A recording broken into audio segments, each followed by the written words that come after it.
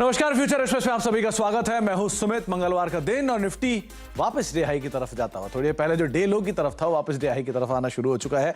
18,013 की तरफ अब इंडेक्स कामकाज कर रहा है। 18,029 ये निफ्टी का आज का हाई है। तो एक बिकवाली जो आई थी लोअर लेवल से वापस पुल बैक के तौर पे देखी गई और उसके बाद इंडेक्स में एक खरीदारी का रुझान बनता हुआ दिखाई पड़ रहा है। 18,015 18,017 के जोन्स में इंडेक्स अभी ट्रेड कर रहा है। तो लोअर लेवल से एक अच्छा पुल बैक निफ्टी में आया। निफ्टी बैंक के अंदर आया। मिड कैप स्मॉल कैप भी लेकर आई है क्योंकि मिड कैप अब हरे निशान में आ चुका है। 11 अंक ऊपर काम का, इनफैक्ट 43 अंक नीचे मिड कैप इंडेक्स है, लेकिन 11 अंक ऊपर स्मॉल कैप इंडेक्स कामकाज करते हो। तो लोअर लेवल से कुछ पुल बैक थोड़ा थोड़ा ब्रॉडर मार्केट्स के अंदर भी देखने को मिल रहा है, लेकिन फ्रंट लाइन इंडेक्स तो एटलीस्ट आ रहा है। 1380 बढ़ने वाले, 1395 गिरने वाले। थोड़ी देर पहले आंकड़ा 1200 की रेंज में आ गया था, लेकिन वहां से थोड़ा सा एडवांसेस में सुधार। 1314 शेयर ऐसे जो कि तेजी में है और करीब 1380 शेयर बिकवाली में। 1700 शेयर तेजी में और 1722 शेयर बिकवाली में। नहीं, मोर लेस 50-50 का रेशियो। एफ&ओ में ज्यादा बेटर आंकड़ा, 105 शेयर तेजी में और रफली 90-93 शेयर जो है बिकवाली के साथ कामकाज करते हुए दिखाई पड़ रहे हैं। शिल्पा रावत हमारे साथ मौजूद है। आज हम बातचीत करेंगे जिनसे। शिल्पा जी से हम मार्केट को लेकर उनकी राय रणनीति समझेंगे और साथ ही साथ उनके इंडिविजुअल ट्रेड्स, सस्ता ऑप्शन, इस सब के ऊपर भी हम बातचीत करेंगे। शिल्पा जी से बातचीत करने से पहले कुछ ऑप्शंस के नंबर आपकी स्क्रीन पर आएंगे, जहां पर 18,000 का जोन, क्रूशियल जोन, जहां पर मेजर कॉल राइटर्स हैं और 17,900 के कॉल राइटिंग के जोन्स के अंदर अनवाइंडिंग होते हुए दिखाई पड़ रही है। लेकिन 18,000 पे ही एक बढ़िया बेस फॉर्मेशन भी बना हुआ है। तो मोटा मोटा 17,780 नीचे 18,200 इस बड़ी रेंज को खेल सकते हैं। छोटी रेंज के हिसाब से 17,900, 18,100 इस रेंज को आप देख सकते हैं। लेकिन इंडेक्स मोरलेस एक रेंज के अंदर ही ट्रेड करता हुआ दिखाई पड़ रहा है क्योंकि दो बड़े इवेंट अवेटेड है, इसमें अर्निंग्स है और साथ साथ बजट भी सामने ही खड़ा है। इसके अलावा निफ्टी बैंक के ऊपर भी नजर डालिए क्योंकि वहां पर जो सिचुएशन है उसके लिहाज से 42,000 के जोन्स के अंदर कल आपको मेजर पुट राइटर्स दिखाई पड़ेंगे, लेकिन आज 42,300 पे कॉल राइटिंग, 42,500 पे कॉल राइटिंग, 42,300 पे ही पुट राइटर्स और 42,000 के जोन्स के अंदर भी पुट राइटिंग आते हुए दिखाई पड़ रही है। और इंडेक्स यहाँ पर भी एक रेंज बाउंड है। आउट परफॉर्मेंस आज एफएमसीजी स्पेस से है, लेकिन बैंक्स भी कुछ हद तक सपोर्टिव है। इस बीच मास्टेक के नंबर्स भी आए, तो एक बार नंबर पहले देख लेते हैं। करीब 17.18% से बढ़ के 17.26% के आसपास के मार्जिन है। 7 रुपए का इंटरिम डिविडेंड है और करीब 2% नीचे स्टॉक पहुंचता हुआ दिखाई पड़ रहा है अर्निंग्स के बाद। वो भी तब जबकि शेयर ऑलरेडी काफी बड़ी करेक्शन दिखा चुका है। 80 करोड़ से घटकर मुनाफा 64 करोड़ सीक्वेंशियल बेसिस के अंदर आता हुआ दिखाई पड़ा है और आय फ्रंट पर 625 करोड़ से बढ़कर आय 660 करोड़ रुपए, यानी कि बढ़ी हुई आय के सामने मुनाफा अगर टूट रहा है तो मार्जिन्स के अंदर एक श्रिंक इस क्वार्टर के अंदर देखने को मिलेगा। एबीटा 107 करोड़ से बढ़कर 104 करोड़ है। तो अगर एबीटा भी बढ़ रहा है, आय भी बढ़ रही है और मुनाफा घट रहा है, तो इसका मतलब या तो टैक्सेशन में एक बढ़ोतरी देखने को मिली है इस क्वार्टर के अंदर, और अदरवाइज जो कंपनी की बॉटम लाइन है उसमें प्रेशर जो है वो इंटरेस्ट कॉस्ट की वजह से भी शायद देखने, इंटरेस्ट कॉस्ट नहीं तो टैक्सेशन की वजह से ही खाली इंपैक्ट है, जिसकी वजह से कंपनी की प्रॉफिटेबिलिटी के अंदर डेंट है। 7 रुपये पर शेयर का एक डिविडेंड और एबीटा मार्जिन 17.18 से 17.26। कमेंट्री क्रूशियल है, देखना होगा कि कैसे कंपनी कमेंट्री आती है, लेकिन नंबर्स के बाद तो करीब 3% नीचे अब मास्टेक का स्टॉक डे लो पर कामकाज करता हुआ दिखाई पड़ रहा है। बातचीत करेंगे अब हम पीएल रिसर्च की गेस्ट से हमारे साथ मौजूद हैं बातचीत करने के लिए। तो शिल्पा जी नमस्कार, स्वागत है कार्यक्रम में। सबसे पहले तो मार्केट्स को लेकर आपकी राय, क्योंकि इंडेक्स एक रेंज बाउंड है, रेंज के लोअर एंड से पुल बैक, रेंज के अपर एंड से बिकवाली, यही रेंज हम देख रहे हैं बहुत दिनों से। तो अभी क्या करें इंडेक्स में? जी गुड आफ्टरनून सुमित जी। इन निफ्टी जैसा आपने बहुत अच्छे से समझा दिया, एकदम रेंज में है। 17,800 on the downside and 18,200 maximum on the upside. तो अभी के लिए तो it is no trade zone. आपको 17,900 के जोन्स के अराउंड अगर वापस में मिले, जब भी मौका आपको एंटर करना है, या फिर 18,100 जोन्स की तरफ आपको सेल करना है इंट्राडे प्लेयर्स के लिए। तो अगर आपको 17,800 के आसपास कहीं मिले तो आप लॉन्ग जाएंगे, 18,100 के आसपास मिले तो कहीं आप शॉर्ट जाएंगे, ये एक राय है। लेकिन अभी नो ट्रेड जोन के अंदर आप इसको डालकर चल सकते हैं।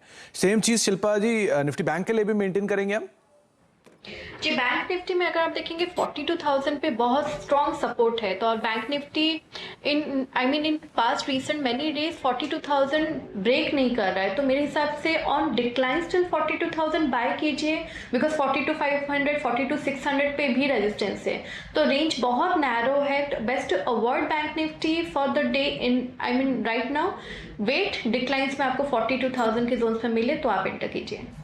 तो आप 42,000 की इर्द गिर्द जितना आपको मिले आप वहां पर एंटर करें, वो ज़्यादा बेटर है, क्योंकि 42,000 नहीं तोड़ रहा है। तो वहां सिचुएशन एटलीस्ट एक नॉच बेटर आपको दिखाई पड़ेगी निफ्टी के कंपैरिजन में। तो 42,000 के आसपास आए तो वहां पर आप ऐड कर सकते हैं, और तब आपकी कॉल पोजीशंस जो होंगी वो बाय साइड पर बनेगी। शिल्पा जी, इंडिविजुअल कॉल्स में काफ़ी ज़्यादा एक्शन है, आज भी स्टॉक स्पेसिफिक अप्रोच ज़्यादा देखने को मिल रही है। तो कहाँ पर आप लॉन्ग, कहाँ पर आप शॉर्ट हो?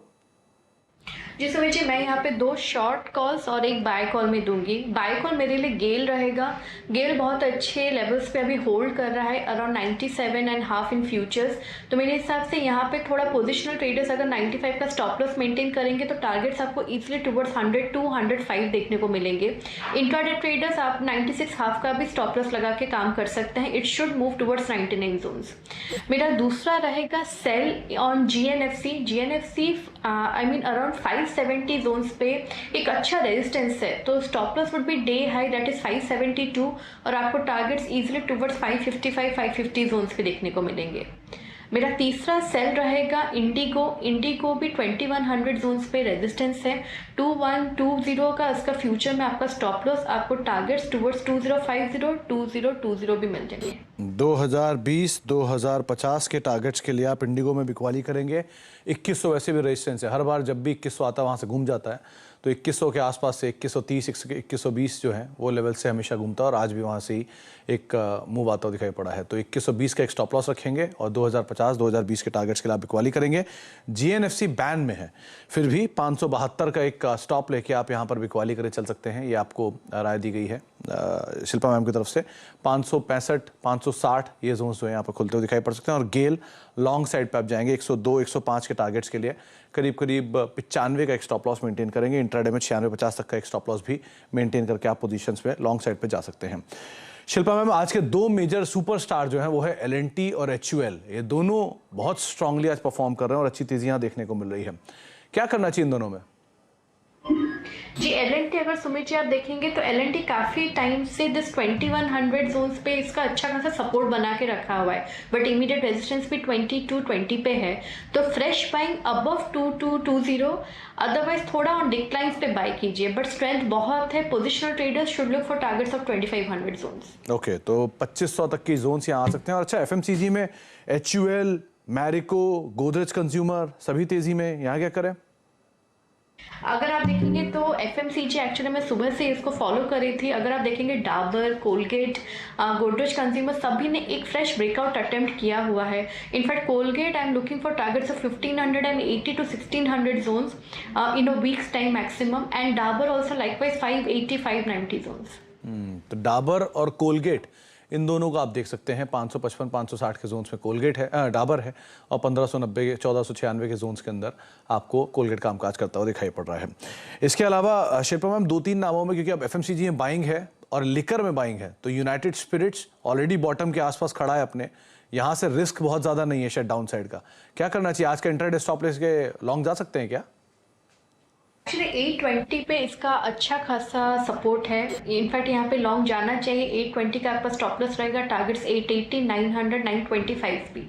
ओके, तो 820 स्टॉप और 880 900 920 पुराने हाइज जो हाल फिलहाल में बनाए थे 950 के, वो बात की बात है। लेकिन फिलहाल ये 3 टारगेट्स के लिए आप इसको लॉन्ग देख सकते हैं। वैसे भी बहुत समय से बिकवाली के बाद आज ये हरे निशान के अंदर कामकाज करता हुआ दिखाई पड़ रहा है। एफएमसीजी की टेलविंड भी है। कैपिटल गुड्स स्पेस की टेलविंड का इम्पैक्ट कमिंस में है। शिल्पा मैम, करीब 2% के आसपास की तेजी यहाँ पर है, और ये भी पार्टिसिपेट कर रहा है। सीमेंस भी 1/4% ऊपर है, डिस्पाइट वो ऑर्डर, तो मेगा ऑर्डर मिला 26,000 करोड़ रुपए का, लेकिन शेयर में शुरुआती तेजी फिजल आउट हुई। तो बड़ी तेजी पूरे स्पेस के अंदर है। इनमें से कोई नाम? जी अगर मैं देखूंगी कमिंस में एक्चुअली बहुत अच्छे लेवल पे है। 1450 जो आज इसका लो भी है, that is where the support is. आपको टारगेट्स टू 1520 1530 इजीली देखने को मिल जाएंगे। तो कमिंस 1530 1540 तक के टारगेट्स यहाँ आते हुए दिखाई पड़ सकते हैं। कुछ हद तक जो शॉर्ट कवरिंग बन रही है वो बन रही है ऑटो स्पेस में, सिलेक्टिव और केमिकल में। ये भाई केमिकल लेकर आइए। अतुल करीब 0.5% ऊपर है, यूपीएल करीब 1% ऊपर है, टाटा केमिकल के अंदर खरीदारी है। शिल्पा मैम, यहाँ कुछ करना चाहिए क्या? केमिकल के अंदर वापस बज लौटा, एक बढ़िया शॉर्ट कवरिंग भी दिख रही है। जी बात करूँ तो भी बहुत अच्छे लेवल्स पे है। आपको 960 का यहाँ पे स्टॉप लॉस लगाना है। Targets toward 1020 1040 very likely, very easily it can be achievable. और नंबर से पहले डेल्टा कॉप करीब 2.5% नीचे है, बढ़िया शॉर्ट बिल्डअप बन रहे हैं।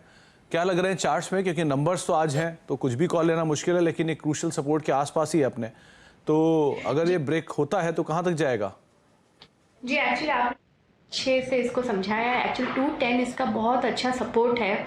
मेरे हिसाब से यहाँ पे बाइंग बनता है, आपको 207 208 के स्टॉप लॉस से काम करना चाहिए, बट बिकॉज रिजल्ट प्ले है तो मेरे हिसाब से ऑप्शन में भी अगर आप ट्रेड करेंगे तो आपके लिए बेटर है। आई मीन 220 का call option is trading around 3.5 rupees. ये भी बहुत अच्छा, I mean nothing to lose. आप इसको एक हीरो जीरो ट्रेड के हिसाब से भी ट्रीट कर सकते हैं, बिकॉज अगर Delta Corp as we all know कि बहुत हाई बीटा मूवमेंट रहता है इसमें, and if the result is in favour और पार्टिसिपेंट्स को पसंद आया, स्ट्रीट को पसंद आया, then it will take no time to reach towards 225 230 zones. तो 220 230 के ऑप्शंस के जरिए भी आप पोजीशन लॉन्ग जा सकते हैं, क्योंकि बहुत क्रूशियल स्टॉप लॉस के करीब ये कामकाज कर रहा है। और अर्निंग में अगर कुछ भी रिवर्सल आ गया, बेटर अर्निंग आ गए, तो शायद मार्केट एक थम्स अप भी दे सकता है स्टॉक को। एक इंडस टावर और देखिए, करीब 4% के आसपास का डिक्लाइन है। शॉर्ट बिल्डअप हो रहे हैं यहाँ पर भी, और बहुत हैवीली ओआई एडिशन के साथ यहाँ पर शॉर्ट्स बिल्डअप हो रहे हैं। तो आज की बिकवाली डन है या अभी और डाउनसाइड खुलेगा? जी एक्चुअली 180 के स्टॉप लॉस से इसको सेल करना ही है आपको। शायद 170 165 जोन्स, मे बी 155 भी देखने को मिले, because any buying only above 180। 180 के ऊपर कोई भी बाइंग, यहाँ कोई बाइंग एटलीस्ट आप ना करें। 176 77 के जोन में बाइंग ना करें, 180 के ऊपर ही बाइंग करें। और अगर आप स्टॉप लेकर शॉर्ट करना चाहते हैं तो भी आपके लिए 180 ही क्रूशियल जोन रहेगा। ब्रेक का वक्त हो गया, ब्रेक के बाद लौटेंगे। शिल्पा जी हमारे साथ बनी रहेंगी, उनसे हम आगे बातचीत करेंगे एक सस्ते ऑप्शन को लेकर, और कुछ और स्टॉक्स भी हैं उस पर भी चर्चा करते हैं। छोटा सा ब्रेक के बाद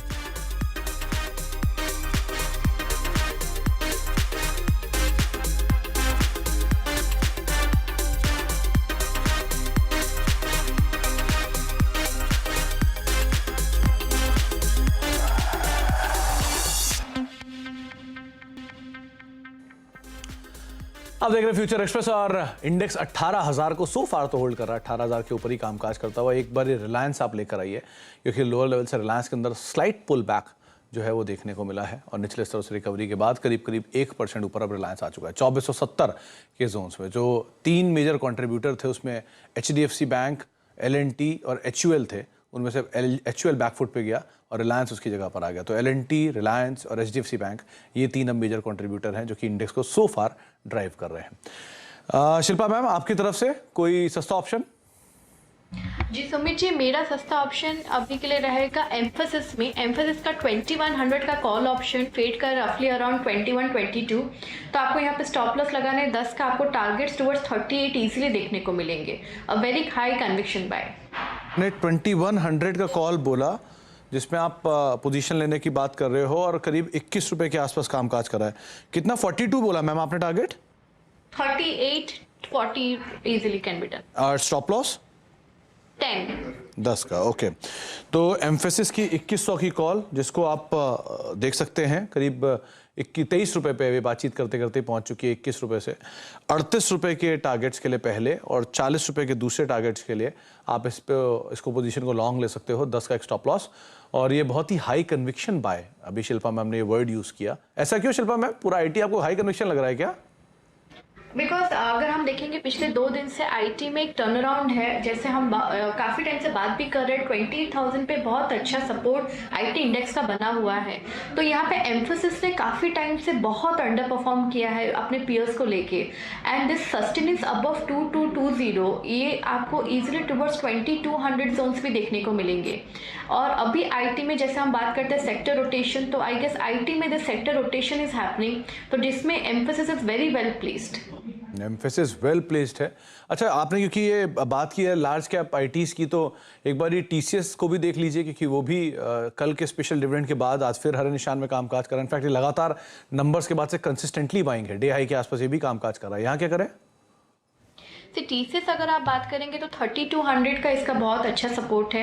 targets towards 3800 positionally well intact हैं, तो पोजिशनल प्लेयर्स को इसमें डेफिनेटली पार्टिसिपेट करना चाहिए। आई मीन जैसे हम बात करते हैं अभी नहीं तो कभी, तो in a brand in a script like TCS आपको डेफिनेटली यहाँ पे पार्टिसिपेशन है। Risk reward is very favourable.